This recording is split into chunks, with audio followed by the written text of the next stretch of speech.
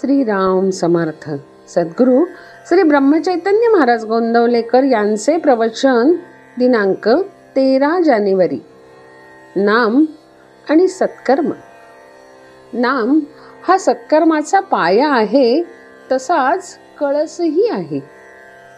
भगवंताच्या स्मरणात केलेले कर्म सत्कर्म या सदरात पडू शकते. भगवंताच्या विस्मरणात केलेले कर्म सत्कर्म ठरू शकत नाही.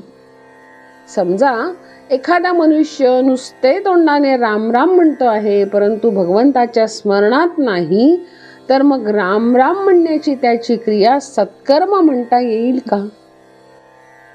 वास्तविक नाम हे स्वतः सिद्ध असल्याने ते जाणता वा अजाणता म्हटले तरी सत्कर्म याच सदरात पडते. कारण जेथे माझे नाम तेथे मी पुरुषोत्तम असे भगवंताचेच वचन आहे. म्हणून नामाचा उच्चार आणि भगवंत या दोन गोष्टी निराळ्या असूच शकत नाहीत.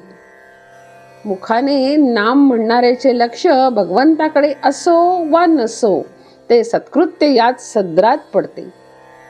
इतर कर्मे आणि नाम घेण्याचे कर्म यात फार मोठा फरक आहे. तो हाच की इतर कर्मांना पूर्णत्व किंवा सत्यत्व नामाने येते, तर उलट पक्षी नाम आणि अपूर्णत्व या गोष्टी एकत्र संभवतच नाही. म्हणून नाम भगवंताच्या स्मरणात घेतले किंवा कसे हा प्रश्नच उद्भवत नाही. किंबहुना नाम मुखी आले की सत्कर्मी होऊच लागतात.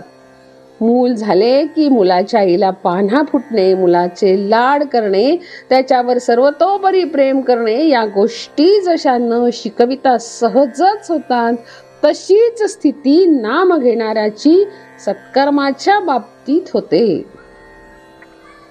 इतकेच नव्हे तर त्या आईला जर म्हटले की तू मुलाला जवळ ठेव, पण त्याच्यावर प्रेम वगैरे काही करू नकोस, तर ते जसे तिला शक्य नाही, त्याचप्रमाणे नाम घेणाऱ्याला सत्कर्मे टाळू म्हटले तरी टाळता येणार नाहीत.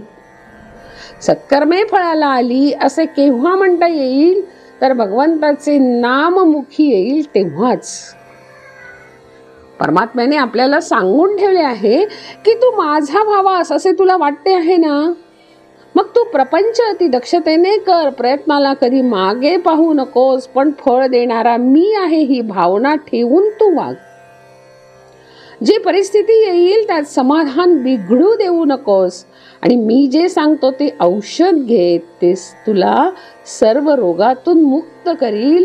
आणि ते औषध जर कोणते असेल तर ते माझे नाम हे होय. त्या नामाचा खरोखर तुम्ही अभ्यास करा. तुम्ही सर्वांनी असा निश्चय करा की नामाशिवाय जगणे हे खरे नाही.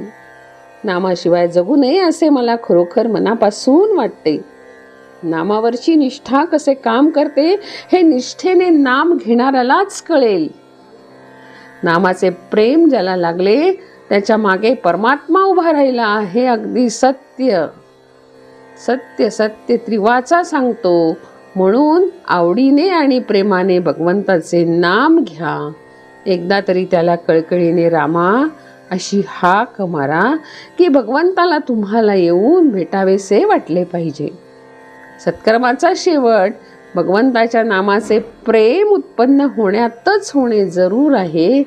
जानकी जीवन स्मरण. जय जय राम.